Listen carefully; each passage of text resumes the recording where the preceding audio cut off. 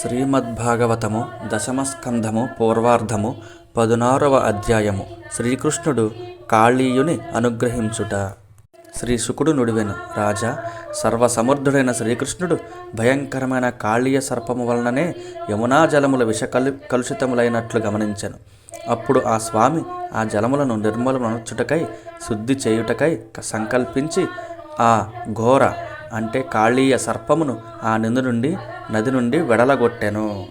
పరీక్షిత్ మహారాజు ప్రశ్నించెను, మహర్షి, కాళీయ సర్పము ఆ యమునా జలములలో పెద్ద కాలము ఎలా నివసించెను? ఎట్లు ఉండగలిగెను?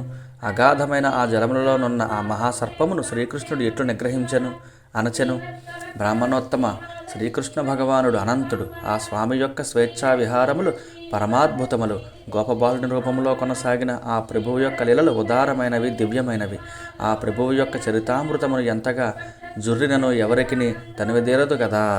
శ్రీ శుకుడు వచించెను, రాజా, యమునా నదిలో కాళీయ హ్రదము అను పేరుతో ఒక మడుగు గలదు. అందలి జలములు ఆ సర్ప విషాగ్ని ప్రభావమున ఎప్పుడునూ సలసల మసలిపోవుచుండును.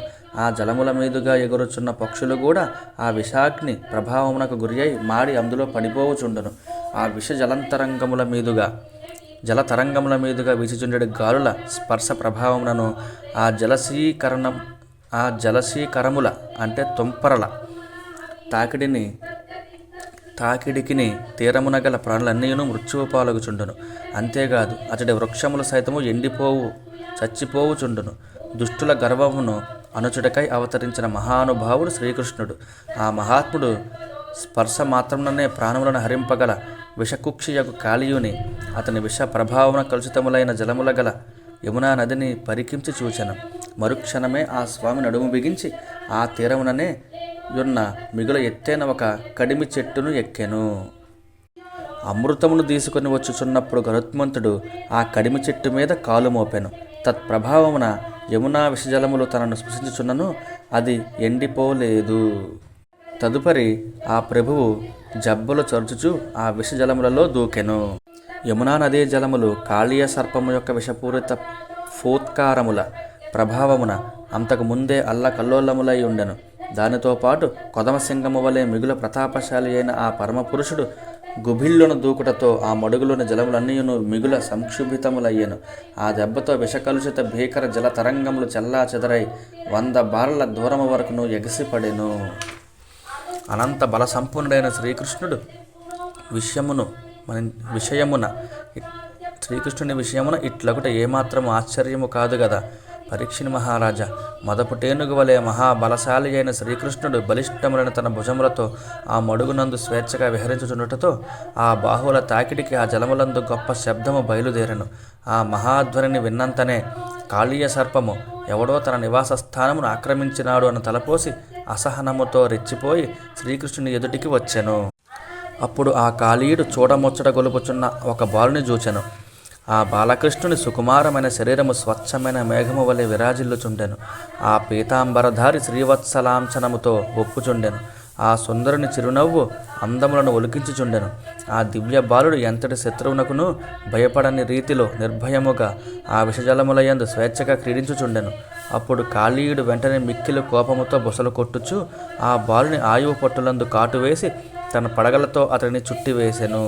అంతటా శ్రీకృష్ణుని ప్రియమిత్రులైన గోపకుమారులందరూ పాము యొక్క పడగలతో చుట్టివేయబడుటతో చేష్టలుడిగి ఉన్న ఆ స్వామిని చూచి మిగుల కలవరమునకు లోనైరి. వారు అందరూ తమ హృదయములను, మిత్రులను, సంపదలను, ఇండ్లు వాకిళ్లను, కోరికలను వేయాల తమ సర్వస్వమును ఆ కృష్ణునికే అర్పించిన పరమభక్తులు. అందువలన ఆ బాలుడు నిశ్చేష్టుడై ఉన్న కృష్ణుని చూచినంతనే తమలో దుఃఖ శోకములు ముప్పిరిగొనగా భయవిహ్వలులై రోధించుచు నేలపై పడిపోయిరి. అంతటా ఆవులను, వృషభములను, కోడెదూడలను దుఃఖముతో మిగుల ఆక్రందింపసాగాను. అంతేగాక అవి ఎంతయు భీతిల్లి శ్రీకృష్ణుని వైపే దినముగా చుచుచు కన్నీరు గాచుచు చేష్టలుడిగి ఉండిపోయాను. ఆ సమయమున బృందావనమునందు భూమి కంపించెను. ఆకాశమున ఉల్కలు పొడమెను. పురుషులకు ఎడమ కన్నులు, స్త్రీలకు కుడి కన్నులు అదరెను. ఈ 3 విధములైన దారుణములకు మహోత్పాతములను గమనించి ఇవి అన్నియును మిక్కిలి ప్రమాద సూచకములు అని భావించుచు అచటి వారు ఎల్లరూ ఆందోళన పడసాగిరి. అప్పుడు నందుడు మొదలగు గోపాలురు ఆ దుశ్శకమునములను చూచి ఎంతయూ భీతిల్లిరి. బలరాముడు లేకుండా శ్రీకృష్ణుడు గోవులను మేపుటికై వెళ్ళినాడని తెలుసుకొని ఆ చిన్నారికి ఎట్టి ప్రమాదము వాటిల్లనదో అని కలవరపడసాగిరి. శ్రీకృష్ణుని మహిమను ఎరుంగని ఆ నందనాదులు ఆ దుశ్శకునములను బట్టి ఆ బాలునకు తప్పక ఏదియో ప్రమాదము కలిగియుండునని శంకింపదొడగిరి. తమ పంచ ప్రాణములను మనస్సులను తమ కన్నయ్య పైననే నిలుపుకొని ఉన్న వారందరూ దుఃఖ శోకములకు లోనై భయముతో పరితపింపసాగిరి. పరీక్షిణ్ మహారాజా, అంతటా బృందావనమునందలి బాలురు, వృద్ధులు, స్త్రీలు అందరూ గోవుల వలె ప్రేమగలవారై శ్రీకృష్ణుని దర్శించుటకై తహతహపడుచు దీన వదనములతో గోకులము నుండి బయలుదేరిరి. బలరాముడు సర్వశక్తిమంతుడు. ఆ మహాత్ముడు తన అనుజుడైన శ్రీకృష్ణుని మహత్వమును పూర్తిగా ఎరిగినవాడు కావున భయముతో ఆందోళన పడుచున్న ప్రజవాసులను చూచి తనలో తను నవ్వుకొనుచు ఏమియో మాట్లాడక మిన్నకుండెను. పరీక్షిణ్ మహారాజా, బలరాముడు, నంద, యశోదాదులు శ్రీకృష్ణుని జాడను తెలుసుకున్నట్టుకై అడవి దారిని బట్టి పోవుచుండిరి. మార్గమున వారికి గోపాలుల యొక్క గోవుల యొక్క కాళ్ళ గుర్తులు కనబడినవి. వాటి మధ్య అక్కడక్కడ యవరేఖలు, వరికంకులను బోలిన రేఖలు, అంకుశ చిహ్నములు, నాగలి, పద్మము, వజ్రాయుధము, చక్రము, ధనుస్సు, ధ్వజము మున్నగు శుభరేఖలు గల శ్రీకృష్ణుని పాద చిహ్నములు గోచరించెను. జై శ్రీహరి. ఆ శుభ చిహ్నములు మార్గములకు ఆభరణములుగా విరాజిల్లుచుండెను. క్రమముగా వారు ఆ దారిని వీడక ఎట్టకేలకు యమునా నదీ తీరమునకు చేరిరి. అంతటా వారు ఆ తీరమునందుండియే తమకు దూరమున మడుగు మధ్యలో ఒక మహాసర్పముచే చుట్టబడి నిశ్చేష్టుడై ఉన్న తమ కృష్ణుని గాంచిరి. మరియు ఆ తీరమునందే విహ్వలులై పడియున్న గోప బాలులను ఆక్రందించుచున్న పశువులను చూచిరి. అప్పుడు వారు పట్టరాని దుఃఖమున ఆర్తితో మూర్ఛితులైరి. అప్పుడు మన్నించండి. శ్రీకృష్ణ భగవానుని తమ ప్రాణముగా చూచుకుని గోపికలు అప్పుడు ఆ ప్రభువు యొక్క సౌహార్దమును, మధురమైన దరహాసములను, ప్రసన్నములైన చూపులను, ముద్దులొలికిడి మాటలను పదే పదే గుర్తునకు తెచ్చుకొనసాగిరి. తమ ప్రియతముడైన చిన్ని కృష్ణుడు ఆ విధముగా పాముచే చుట్టబడి ఉండుటను చూచి వారు అంతులేని దుఃఖముతో పరితపింపసాగిరి. వారికి ప్రాణప్రియమైన శ్రీకృష్ణుడు లేని ముల్లోకములను శూన్యముగా తోచెను. తన పుత్రుడు మహాసర్ప కారణముగా మిగుల ఆపన్నుడైనట్లుగా భావించిన యశోదమ్మ ఆ దుఃఖమునకు తట్టుకొనలేక ఆ నదీ జలములలో ప్రవేశించుటకై ఉద్యుక్తురాలయ్యను. వెంటనే గోపికలు ఆ తల్లిని అందు ప్రవేశింపకుండా నివారించరి. వారందరూ ఆమె వలననే మిగుల శోకమగ్నులై కన్నీరు మున్నీరుగా విలపింపదొడంగిరి. ఆ స్థితిలోనున్న ఆ గోపాంగనలు వ్రజవాసులకు అత్యంత ప్రియతముడైన బాలకృష్ణుని యొక్క అద్భుత లీలా కృత్యములను, పోతనాదులను తొదముట్టించిన ఘట్టములను పదే పదే ప్రస్తావించుచు తదేక దృష్టితో ఆ చిన్నారి ముఖము వైపే చూచుచు మృతప్రాయులుగా ఉండిపోయిరి. అప్పుడు కృష్ణుని తమ ప్రాణముగా సర్వస్వముగా భావించిన నందుడు మొదలగు గోపాలురందరూ మిగుల బాధపడుచు ఆ హ్రదమున ప్రవేశించుటకు సిద్ధపడిరి. కానీ మహాత్ముడైన బలరాముడు శ్రీకృష్ణ మహిమలను ఎరిగిన వాడగుటచే ధైర్యము వహించి తగిన రీతిగా ఓదార్చి వారిని ఆ ప్రయత్నం నుండి నివారించెను. గోకులవాసులకు ఏకైక శరణ్యుడైన శ్రీకృష్ణుడు తన కారణముగా స్త్రీలు, వృద్ధులు, బాలురు అందరూ దుఃఖితులగుటను గమనించెను. అంతటా ఆ స్వామి క్షణకాలము సామాన్య మానవుని వలె పాము పట్టులో ఉండి వెంటనే వేగముగా దాని పట్టు నుండి పైకి లేచెను.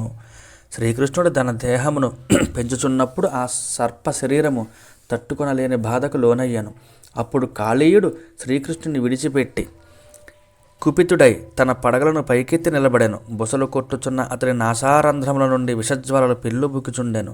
దిక్కుతోచని స్థితిలోనున్న అతని చూపులు కాలుచున్న కొరవుల వలె ఎర్రబారి ఉండెను. అతడు తదేక దృష్టితో ఆ బాలకృష్ణుని చూచుచుండెను. పిమ్మట కాళీయ సర్పము తన 2 నాల్కలలో తన పెదవి మూలాలను నాకుచూ కనుల నుండి భయంకర విషాగ్ని జ్వాలలను వెలిగ్రక్కుచుండెను. ఆ సమయమున శ్రీకృష్ణుడు తన వాహనమైన గరుత్మంతుని వలె ఆ సర్పము యొక్క పడగలపై క్రీడించుచు చిందులు వేయసాగెను. జై శ్రీహరి.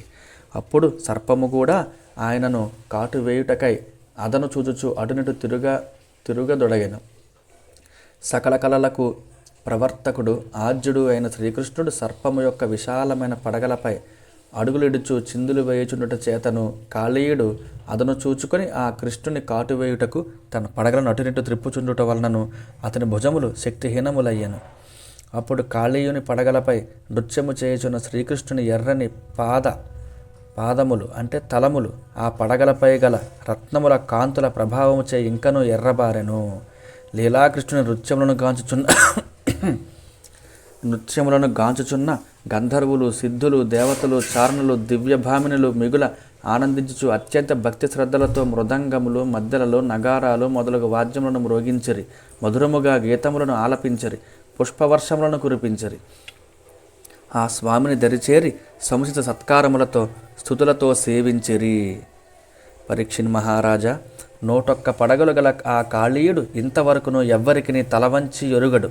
కాళీయుని పాలిటి మృత్యువైన శ్రీకృష్ణుడు తన పాద ఘట్టములచే అతని పడగలను అనగద్రొక్కెను.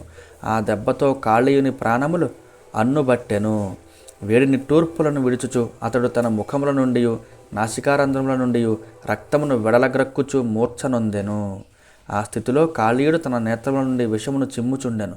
అతడు రెచ్చిపోయి బొసలు కొట్టుచు తన పడగలను పైకెత్తిన కొలదియు శ్రీకృష్ణుడు నాట్యము చేయుచు తన పాదముల ధాటితో వాటిని అంటే ఎత్తిన ప్రతి పడగను అనగదొరుక్కుచు అతనిని దండింపసాగాను. కాళీయుని ముఖముల నుండి చిమ్ముచున్న రక్త బిందువులు ఆ పురాణ పురుషుని పూజించుచున్న పుష్పముల వలె బాసిల్లెను. కృష్ణ ప్రభువు యొక్క అద్భుతమైన తాండవ నృత్య ప్రభావమునకు కాళీయుని యొక్క గొడుగుల వంటి పడగలన్నీయును మిగుల చిన్నాభిన్నములయ్యను. నోళ్ల నుండి రక్తమును గ్రక్కుచున్న అతని శరీరం అంతయును శిథిలమయ్యను. అంతట కాళీయుడు పశ్చాత్తప్తుడై జగన్నాథుడును పురాణ పురుషుడును అయిన శ్రీమన్నారాయణుని స్మరించుచు మనస్సులోనే ఆ దేవదేవుని శరణుజొచ్చెను. సమస్త జగత్తును తన గర్భమున ధరించిన మహాత్ముడు శ్రీకృష్ణుడు ఆ స్వామి భారమునకు తట్టుకొనలేక కాళీయుని శరీరమంతయును నుగ్గునుగ్గయ్యెను. ఆ ప్రభు యొక్క పాదముల తాకిడిని గొడుగుల వంటి ఆ కాళీయుని పడగలు శిథిలములయ్యెను. అతని దుస్థితిని చూచి అతని భార్యలు మిగుల దుఃఖమును పొందిన వారే ఆక్రందించుచుండిరి. ఆ స్థితిలో వారి వస్త్రములు జారిపోవుచుండెను, ఆభరణములు అస్తవ్యస్తములగుచుండెను, కేశబంధములు వీడిపోవుచుండెను. అప్పుడు వారు శ్రీకృష్ణుని చరణము గోరి సమీపమునకు చేరిరి. మానసికముగా ఎంతయు ఆందోళన పడుచున్న కాళీయుని భార్యలు తమ పిల్లలను ముందుంచుకొని సర్వేశ్వరుడైన ఆ శ్రీకృష్ణుని ముందు సాగిలపడి ఆర్తితో ప్రణమిల్లిరి. పెదప ఆ సాధ్వీమణులు అంజలి ఘటించి పాపాత్ముడైన తమ భర్తకు బాధా విముక్తికై తపనపడుచు అభయప్రదుడైన ఆ ప్రభువును శరణుజొచ్చిరి. నాగపత్నులు ఇట్లు మొరపెట్టుకునిరి, పరమాత్మ శ్రీకృష్ణ, దుష్టులను శిక్షించుట కొరకే నీవు అవతరించుచుందువు. కావున మహాపరాధి అయిన మా భర్తను నీవు ఇట్లు దండించుట మిగుల సముచితము. నీవు శత్రువుల ఎడలను ఆత్మీయుల విషయమునను ఎట్టి భేదభావము లేక సమదృష్టి కలిగియుందువు. శిక్షించు విషయమున నీవు స్వపరభేదము లేనివాడవు. వారు తమ తమ తప్పులను తెలుసుకున్నట్లు వారి క్షేమము కోరియే శిక్షించుచుందువు. పోతనయ్య గారి యొక్క పద్యము. పగవారి సుతుల యందును బగయించుకలేక సమత బరెగిడి నీకుం బగగలదే కలులు నడుచుట జగదవనము కొరకుగాక జగదాధారా. భావము: జగన్నాథ, నీ ఎడ శత్రుభావము కలిగియున్న దుష్టులను దండించినను నీవు వారి సుతులపై మాత్రము కనికరమునే ప్రసన్నత్వమునే కనబరుచుచుందువు. లోక కళ్యాణార్థము అంటే జగద్రక్షణ కొరకై దుర్మార్గులను హతమనొచ్చుచుందువే గాని యథార్థముగా నీకు ఎవ్వరిపైనను శత్రుభావమే ఉండదు. దేవా, అపరాధి అయిన మా పతిని నీవిట్లు దండించుట నిజముగా మమ్ములను అనుగ్రహించుటయే యగును. నీవు విధించిన దండన వలన దుష్టుల పాపములు నశించును. మా భర్త మహాపాపి అనుటకు అతడు సర్పజన్మ ఎత్తుటయే ప్రబల తార్కాణము. నీవు క్రుద్ధుడవు అగుటయు ఒక విధముగా అనుగ్రహము చూపుటయే అని మేము భావించుచున్నాము. ప్రభు, నిజముగా ఇతడు తన పూర్వజన్మమున ఎట్టి అహంకారము లేకుండా ఇతరులను గౌరవించుచు గొప్ప తపస్సును ఆచరించి ఉండవచ్చును, లేదా సకల ప్రాణులపై దయచూపుచు ధర్మ కార్యములను నెరపయుండవచ్చును. అందువలననే సమస్త జీవులకు అంతరాత్మవైన నీవు ఆ తపోధర్మముల చేతనే ప్రసన్నుడవయ్యదవు. సర్వేశ్వర, స్త్రీలకే తలమానికమైన లక్ష్మీదేవి ఎంతో కాలము తపస్సు చేసి ఎన్నో నోములు నోచి నిన్నే తన సర్వస్వముగా భావించి త్రికరణ శుద్ధిగా నిన్ను సేవించిన ఫలితముగానే ఆమె దేదీప్యమానముగా వెలుగొందు నీ పాద పద్మముల యొక్క ధూళి కణములను స్పృశించునట్టి అదృష్టమును పొందగలిగెను. కానీ సామాన్యులు మాత్రము నీ పాద రజస్పర్శ భాగ్యమునకు నోచుకునుట అసాధ్యము. అయినను ఈ కాళీయుడు మాత్రము తన పడగపై నీ చరణ రేణువుల స్పర్శను పొందగలిగెను. అట్టి మహద్భాగ్యమునకై ఇతడు తన పూర్వజన్మలలో ఎట్టి సాధనలను చేసనో ఏమో మేమెరుగము.